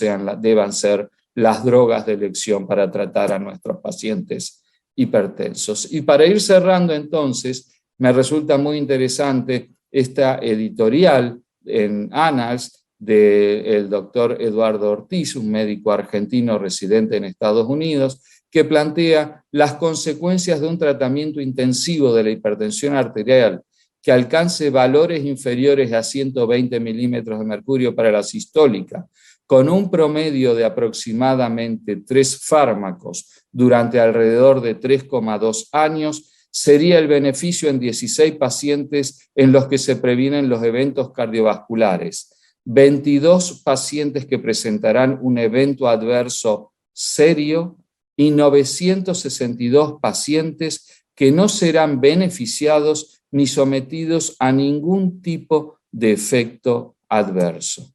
Entonces, como mensajes finales, reducir la presión arterial a menos de 140/90, lo más cercano posible a 130/80, utilizar casi siempre desde el inicio combinaciones en dosis fijas de al menos 2 fármacos en un solo comprimido, en una sola toma diaria, y en la mayor parte de los casos utilizar bloqueadores del receptor, de los receptores de angiotensina asociados a bloqueantes de los canales de calcio o diuréticos tiacídicos o similtiacídicos. Muchas gracias. Bien, muchísimas gracias, Daniel, por tu excelente revisión de un tema tan controversial en estos últimos años, que es hasta dónde bajar la presión arterial o a partir de dónde tenemos que bajar la presión arterial. Así que felicitaciones por tu disertación y le doy paso entonces nuevamente a Patricia Morgado para que presente a los panelistas. Patricia. Bueno, gracias. En primer lugar voy a presentar a la doctora Carolina Aguilar. Ella es de la Sociedad Chilena de Hipertensión, es nefróloga, fue secretaria del Congreso pasado y bueno, ella es uno de nuestros últimos lujos adquiridos. Es la primera y voy a presentar también al doctor Hernán Prat, también es de la Sociedad Chilena de Hipertensión. Hola Hernán, también fue presidente de la sociedad, es cardiólogo y bueno, y es un honor tenerlo aquí en el panel. Marcos, a ti te toca la Sociedad Argentina. Bien, yo voy a presentar a mis dos panelistas argentinos, mis representantes, que son el doctor Alejandro De Lucchi, médico clínico y presidente del comité organizador del próximo Congreso de la Sociedad Argentina de Hipertensión en Argentina, en abril del año que viene, así que están todos invitados, todos los chilenos están invitados. Y en segundo lugar, a mi tocayo Marcos Baroni, médico cardiólogo, cordobés y futuro presidente del comité organizador del Congreso Saja 2024. Así que nada, le damos las palabras a Carolina para que empiece con su comentario y su pregunta. Bueno, muchas gracias a los 4 doctores por su excelente presentación. Y yo quería partir con una pregunta para el doctor Soto. Yo sé que en sus conclusiones dijo que finalmente prefería tratamiento diurno, pero también comentó que el tiempo en la biología y en la medicina importan. Y quería saber si es que hay algún grupo de pacientes en el que usted considera agregarle tratamiento nocturno, en el fondo PM, para tratar a los pacientes hipertensos. Gracias por tu pregunta, Carolina. Claro, mira, reafirmando la última conclusión, pienso que lo más razonable en el estado actual de nuestros conocimientos es seguir prefiriendo la dosis matutina. Como te decía, avalado porque hay mayor adherencia por parte de los pacientes de acuerdo a diversos estudios y porque la mayoría de los estudios grandes en hipertensión que han considerado outcomes clínicos han utilizado los fármacos por la mañana, la vasta mayoría. Pero ¿en qué paciente uno pudiera, por ejemplo, decir uno de los antihipertensivos lo voy a indicar en la noche? Supongamos una persona promedio que tiene sobrepeso y que tiene un tratamiento, un régimen antihipertensivo basado en 3 fármacos, ¿verdad? Y ese paciente, por ejemplo, tengo yo 2 mapas que me señalan que tiene hipertensión nocturna y que tiene un DIP anormal, un DIP nocturno anormal. Yo en ese paciente, si está, por ejemplo, con un inhibidor de la enzima convertidora, lo dejo en la mañana, dejo el diurético en la mañana y podría agregar 5 miligramos de amlodipino por la noche en la esperanza, te fijas tú, de modelar el DIP nocturno mejor y bajarle la hipertensión nocturna y en algún tiempo más tratar de comprobar si mi intervención fue efectiva con un nuevo mapa. Pero es importante remarcar que en el momento actual el estudio TIME, que es el último, ¿verdad? Y que sus autores dicen que, dados sus resultados, uno puede dejar que el paciente tome los medicamentos antihipertensivos cuando desee, puede ser excesiva esa conclusión, ¿te fijas? Y yo preferiría en ese sentido seguir diciéndole al paciente un poco como clínico antiguo, mire, yo tome la mayoría de sus medicamentos o tome sus medicamentos por la mañana. Gracias por tu pregunta. Muy bien, muchas gracias, doctor Soto. Podemos dar paso al segundo panelista, en este caso al doctor Alejandro De Lucchi. Alejandro, te escuchamos un poco, un comentario, alguna pregunta.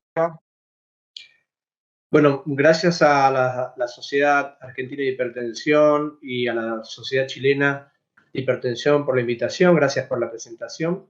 Felicitar a los 4 disertantes. Mi pregunta va dirigida al doctor Jalil. Usted señaló claramente que la hipertensión enmascarada en pacientes no tratados sería el fenotipo real que uno debiera considerar y que en realidad la hipertensión no controlada enmascarada serían pacientes que son hipertensos y lo que está realmente enmascarado sería el tratamiento, el control del paciente. La pregunta es vinculada a que también usted señaló la importancia de tratar a los pacientes con hipertensión oculta con un grado de recomendación muy fuerte, pero sin una evidencia, porque no hay estudios que respalden esa recomendación. Me refiero a que es una decisión de expertos, una recomendación de expertos. Y en esa recomendación señaló también que iniciaría tratamiento y reforzaría el tratamiento llegado el caso. Es doble la pregunta. Primero, ¿hay lugar para terapia de combinación a dosis fijas de inicio en este tipo de pacientes o siempre iniciamos con monoterapia? Entiendo que el paciente que es enmascarado hay pocas herramientas en lo cotidiano para poder controlar a estos pacientes y tenemos que apelar quizás a una medición de la presión arterial fuera de consultorio, sea un mapa o un monitoreo domiciliario de la presión arterial. Entonces, ¿se puede iniciar en algún paciente en especial, un paciente de alto riesgo, donde quizás los valores promedio del mapa son sustancialmente elevados? ¿Hay lugar para un tratamiento de combinación fija de inicio? Muchas gracias por la pregunta. La verdad de las cosas es que existe muy poco evidencia sobre qué hacer con ese tipo de paciente en relación a usar una combinación a dosis fija. Sin embargo, usted me ha ayudado en la respuesta porque la verdad de las cosas es que si tenemos un paciente que tiene una hipertensión enmascarada, pero que sus niveles son más severos, digamos, estamos hablando equivalente a lo que llamamos hipertensión en etapa 2, ¿no es cierto? O son pacientes, o pacientes con mucho daño de órganos diana o de órgano blanco, con hipertrofia, con microalbuminuria, con fondo de ojo muy alterado o con accidente cerebrovascular previo. Yo creo que uno debería tener una terapia más intensiva en esos pacientes. Y en ese sentido, yo creo que hay lugar para combinaciones en dosis fija. De las más recomendables habitualmente, que son un calcio antagonista y un IECA o ARA2, o un IECA ARA2 y una tiazida en dosis fija, dependiendo un poco de la comorbilidad del paciente. Pero eso es lo que yo podría responder. Y estamos hablando a nivel de opiniones, no de datos fuertes que puedan apoyar esta opinión. Perfecto, gracias.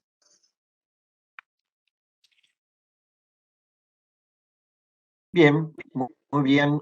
Vamos a dar paso entonces al tercer panelista, al doctor Hernán Prat de Chile, para que haga su comentario y su pregunta. Gracias. Se me oye, ¿verdad? ¿Sí? Perfecto, perfecto. Quería hacerle un comentario y una pregunta al doctor Nicolás Rena en relación al ejercicio de la hipertensión arterial. Nosotros, desde hace ya unos 10, 12 años atrás, viene saliendo en la literatura mucha evidencia del compromiso del sistema inmunológico con respecto a la fisiopatología de la hipertensión arterial. También hay evidencias claras sobre la obesidad y también los efectos beneficiosos por la modulación del sistema inmunológico, del ejercicio sobre el sistema inmunológico.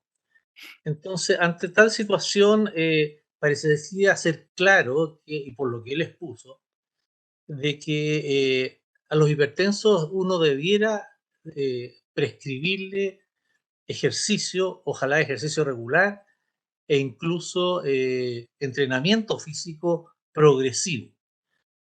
Ante esa situación, uno podría, digamos, intentar reducir los fármacos que toma el paciente, si en la medida que el paciente se logra entrenar, a lo mejor las presiones van disminuyendo. Yo no sé si el doctor Rena tiene algún antecedente al respecto de sujetos entrenados y que se les haya tenido que reducir el tratamiento o que se le haya reducido el tratamiento farmacológico a medida que el entrenamiento va disminuyendo la presión arterial. Me gustaría que hablara un poco de eso.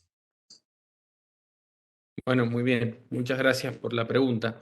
Es muy buena. Yo salí a buscar un poco para fortalecer mi opinión, algo de lo que acaba de decir, bueno, a ver, gente que se entrenó, redujo la presión arterial, que claramente tiene algún nivel de evidencia, está demostrado y en las guías está sugerido en un porcentaje de 4 a 8 milímetros de mercurio de la sistólica, pero que realmente hayan modificado su terapéutica como paper fuerte de revistas Q1, Q2, no encontré. Sí hay algo en algunas revistas indias y de acceso abierto, pero realmente el nivel de evidencia no sé si era como para considerarlo. Sí me parece importante esto de que el paciente hipertenso, por ejemplo, o al menos me gustaría llevar ese mensaje, porque tengo una presión excesiva durante el training, durante la prueba ergométrica, no implica que yo tenga que suspender la actividad física, por ejemplo, como así tampoco, que eso sí lo pude demostrar, subir las dosis. Lo contrario, no tengo la evidencia para mostrarlo, pero probablemente sí pueda sumarse un poco lo que dijo Daniel y un poco lo que dijeron los otros oradores. Si el paciente tiene un buen control de la presión arterial en límites de objetivo, no habría por qué estar por debajo de lo que uno realmente está condicionado por el objetivo terapéutico y probablemente pueda ajustar las dosis si el paciente baja de peso, si el paciente hace ejercicio físico y controla todas las medidas higiénico-dietéticas que tienden a eso, a reducir la presión arterial y por concomitante probablemente el tratamiento farmacológico. No sé si está bien en lo que me estaba preguntando. Sí, está bien, gracias. Muy bien, muchas gracias, Nico. Bien, vamos a dar paso al doctor Marcos Baroni, que es médico cardiólogo y de Córdoba. Marcos, tu comentario, tu pregunta. Bueno, muy buenas tardes, muchísimas gracias. Primero, un gran abrazo a nuestros colegas trasandinos, gracias por la invitación y excelentes las 4 disertaciones. Una pregunta compartida como un caso clínico que me lo han hecho varias veces y me viene muy bien, y así que les agradezco, tanto al doctor Rena como al doctor Jalil. Yo tengo un paciente medicado, pongámosle de edad, 40 y pico de años, con síndrome metabólico y está tomando una doble antiagregación y viene muy bien controlado de acuerdo a los controles que yo puedo tener en domiciliarios, tanto como en consultorio. Y dentro de un chequeo le hacemos una prueba ergométrica donde me aumenta a 255 la sistólica. Entonces, ¿qué decisión yo tomo ahí si tomo una decisión? Porque me lo han preguntado.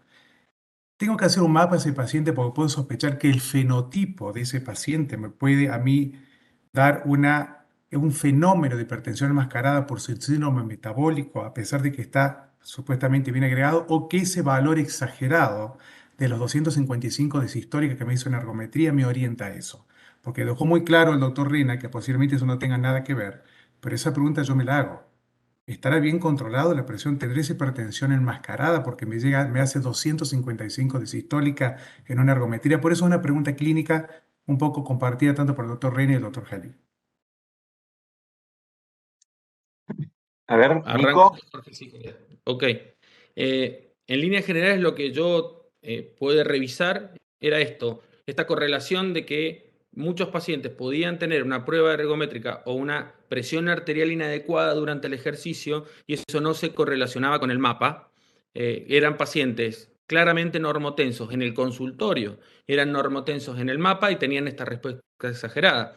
Entonces, yo creo que tu sospecha va más por el síndrome metabólico y me parece muy bien que vos puedas hacer el mapa, pero me parece que la conducta es sobre la sospecha o que vos tengas que daño de órgano blanco u otro parámetro y no por lo que te arrojó la prueba ergométrica, que puede tener que ver con que no tenga una buena capacidad funcional, que tenga una respuesta exagerada porque tiene un consumo miocárdico de oxígeno más alto y no tanto por esto de que acabas de decirlo. Suena hasta que tengo como la seguridad de lo que te estoy diciendo, pero realmente a todos nos pasa de que, bueno, pará, porque si te vas a jugar al fútbol, capaz que tenés esta presión arterial y no sé si no te da una CB. Creo que eso es básicamente lo que uno lo transmite como clínico. Los estudios hasta ahora muestran que inclusive los pacientes de alto rendimiento tienen presiones arteriales sistólicas anormales durante el ejercicio y eso no implica un riesgo cardiovascular asociado. Creo que ese es el paraguas para contestar.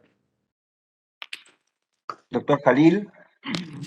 Muy buena la pregunta. Y yo le iba a hacer una contrapregunta. Oye, es un sujeto joven. Y yo voy a decir, bueno, ¿cuánto mide y cuánto pesa? O sea, ¿de qué tipo de síndrome metabólico estamos hablando? Porque eso nos va a dar un poco algo. Si supongamos que no es alguien con demasiada obesidad, pero que está normotenso, tal como me has contado, yo creo que un paciente, y no tenemos algún registro de su presión fuera de la consulta. Yo creo que ese paciente, bueno, más allá, por supuesto, de tratar lo que es el síndrome metabólico y sus componentes, me gustaría tener una evidencia de buen control de la presión arterial fuera de la consulta. Y en ese sentido puede ser Holter, que es como tiene más reproducibilidad si no se ha hecho, y también pueden ser autopresiones, digamos, presiones en domicilio, explicándole bien al paciente cómo hacerlo, qué día hacerlo, con qué frecuencia. y con qué posición, etcétera. Pero yo optaría por tener con ese grado 150 en la prueba de esfuerzo máximo, si es que está bien tomada, que es otra cosa, o sea, qué mango se le puso, qué presión tenía inicialmente. Ese sería un poco mi approach a ese paciente, doctor. Muchas gracias. Bien, bien, muchísimas gracias. No sé si tienen alguna otra pregunta, algún otro comentario. Hay preguntas del público, pero bueno, primero les voy a dar lugar a ustedes si tienen algún comentario o alguna pregunta más. Me da la sensación de que las 4 charlas tuvieron un hilo conductor, que es la importancia que tiene un mapa, o como lo llama el doctor Jalil, el Holter de presión, ¿no? Me parece que en los 4 ítems, en las 4 charlas específicamente, el mapa pasó a ser algo prioritario, ¿no? Tener presiones fuera de consultorio y, si es posible, un mapa nos da de alguna manera la llave para poder saber si nuestro paciente está o no está bien controlado. Después podemos discutir si utilizamos los valores de normalidad de las guías internacionales, europeas, de nuestra sociedad o las americanas. Eso es otro tema. Claramente el doctor Piscor creo que hizo una revisión realmente muy buena sobre las dificultades que tenemos hoy para adoptar estos objetivos terapéuticos quizás tan marcados. A veces a mí se me ocurre pensar de que bajar la presión por debajo de 130/80 es como demasiado, y sí parecería ser más sencillo decir cercanos a 130/80, que no es lo mismo, ¿no? Pero bueno, ¿hay alguien que tiene alguna pregunta? Perdón, alguna presión. Si no, voy a una pregunta del público. Acá el doctor Mineto de La Plata hace 2 preguntas. Al doctor Jalil pregunta si hay algún ensayo clínico donde demuestre el beneficio de tratar a la hipertensión enmascarada con objetivos en eventos clínicos y mortalidad. Creo que Jorge ya le respondió, pero le podemos dar otra nueva oportunidad. Y también Julián Mineto dice al doctor Rena, excelente charla, si hay alguna evidencia de que las pruebas con hipertensión en ejercicio puedan ser pronósticas de que el paciente se transforme en un hipertenso en el futuro. Si esto puede tener algún uso y si podría tener alguna implicancia práctica. Jorge, si querés vos primero. Sí, la verdad de las cosas es que estudios importantes randomizados, o sea que, y con el objetivo de tratar hipertensión enmascarada, no tenemos resultados, digamos, que sean concluyentes y que uno lo pueda utilizar. Son subestudios o análisis de otros estudios, los cuales a propósito de se ha podido analizar ese tipo de pacientes donde ha habido un beneficio. Pero un estudio así comparado con en el fondo tratamiento estándar, yo por lo menos no conozco. Bien, yo voy a decir algo similar. No hay un seguimiento tan a largo plazo para esta detección y probablemente la hipertensión arterial como un rasgo multifactorial sea difícil de establecer una correlación limpia entre una presión arterial exagerada durante el ejercicio y un nuevo diagnóstico de hipertensión arterial, porque hay que limpiar para poder hacer todo eso.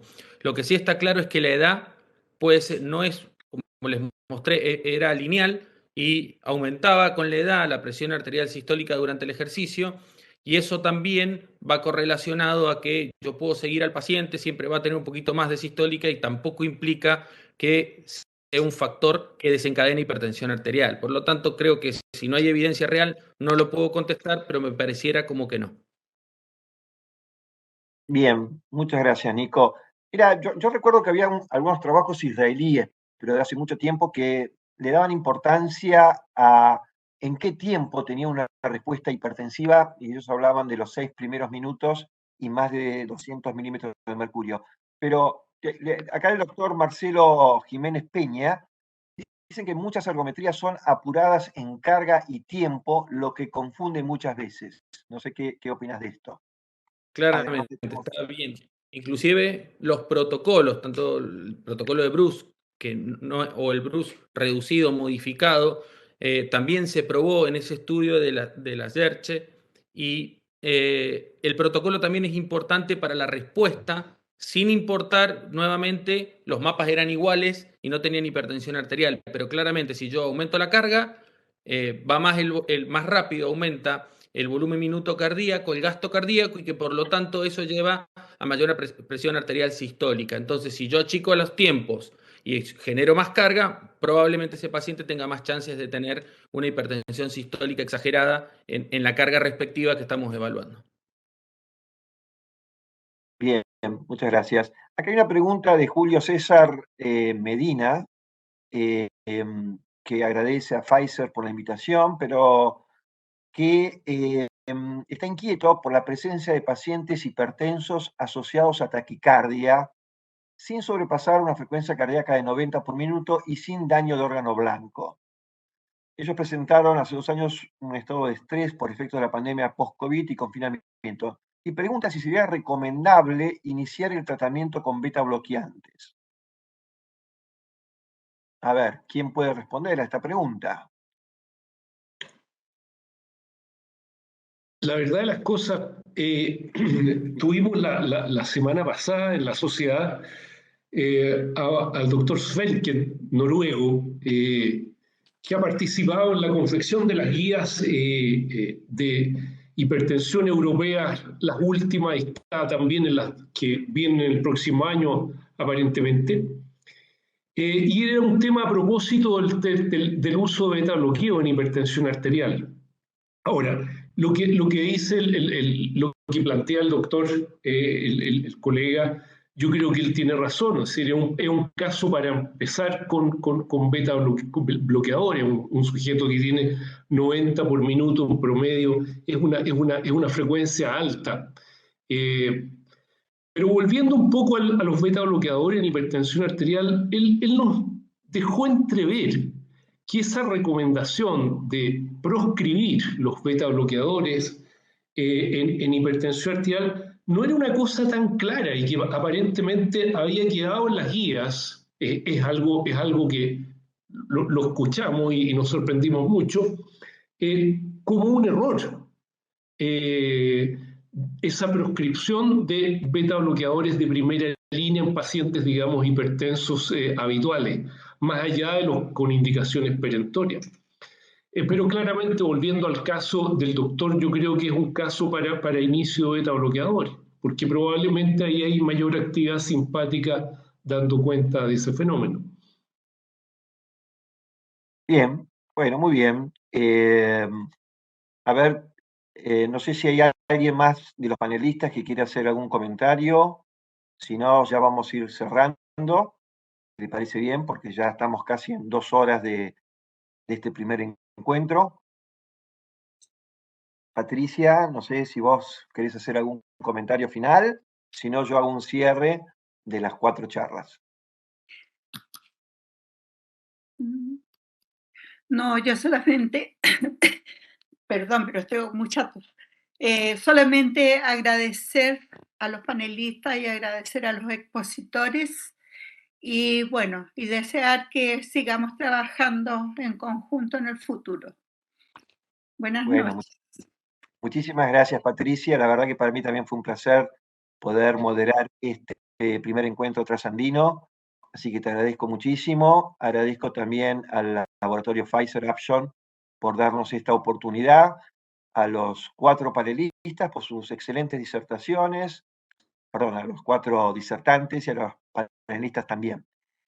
Simplemente para ir cerrando, yo diría que hoy, bueno, el doctor Soto nos explicó claramente la importancia de la cronobiología, de la cronoterapia, que hubo varios estudios que parecían ser que dar la medicación a la noche parecía ser mejor, y sin embargo el estudio Time nos vino a enseñar de que no hay ninguna diferencia significativa, y por lo tanto uno podría estar recomendando a su paciente tomar la medicación o a la mañana o a la noche en forma indistinta, si bien el doctor nos aconseja que podemos seguir acostumbrando a nuestros pacientes a tomar a la mañana por una cuestión de adherencia.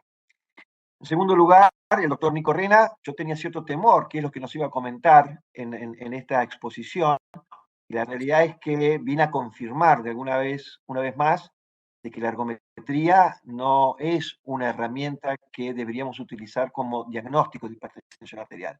Tener una respuesta hipertensiva no significa que no tiene hipertensión arterial, pero sí quizás nos está llevando el camino, como decíamos recién, a que a ese paciente que tiene una respuesta exagerada, que puede ser también un diabético, pedirle un mapa para definitivamente saber si tenía o no una hipertensión quizás enmascarada y ahí tomar más decisiones. Bueno, en tercer lugar, el doctor Jalil nos vino a explicar esto, de la diferencia que hay entre la hipertensión enmascarada, aquella hipertensión que no recibe ningún tipo de tratamiento, y acá la sospecha clínica de a qué paciente deberíamos pedirle un mapa, me parece que es lo más importante, y claramente hizo hincapié en aquellos valores limítrofes, en los varones, en los diabéticos, en aquellos porque por algún motivo hemos encontrado hipertrofia ventricular izquierda, y los que tienen una hipertensión cuando se ponen de pie. Entonces, a todos esos pacientes habría que pedirles un mapa para justamente descartar si tienen o no hipertensión arterial. Y por último, bueno, quizás no lo tenemos ahora acá con nosotros a Daniel Piscors, que nos habló sobre los objetivos terapéuticos, y esto obviamente es un tema controversial. Los americanos han pateado el tablero, digo yo, en los últimos 100 años estábamos todos muy tranquilos con nuestro 14-9, con nuestro 140-90, hasta que en el 2017 vienen a plantear de que la hipertensión es a partir de los 130-80. Y la sensación ahora, si tenemos que bajar la presión arterial por debajo de 130-80 o por debajo de 140-90, por lo pronto parece una discusión un tanto difícil. Como le decía, me parece que cercano a 130-80 parece ser un valor bastante razonable, pero parecería ser que hay que le están dando mucha importancia a estos pacientes que, según el estudio Puri y Sescas, tienen su presión arterial controlada. En un 17% de los pacientes tienen la presión controlada por debajo de 14,9. Y estamos más empecinados en que en estos 17% le bajemos un poco más la presión, que tratar de bajar la presión a 14,9 al 83% restante. Así que, nada, aquí le estoy dando un poco también mi opinión personal, coincidente un poco con la de Daniel. Así que, no, sin más, yo le diría, siendo las 21:30, nuevamente agradecer a Pfizer y esperemos que estos encuentros entre ambas sociedades vecinas y amigas podamos seguir realizándolos en un futuro. Nada más y muchas gracias. Muchas gracias. Chao. Muchas gracias. Gracias. Muchas gracias. Felicidades. Totales. Chao.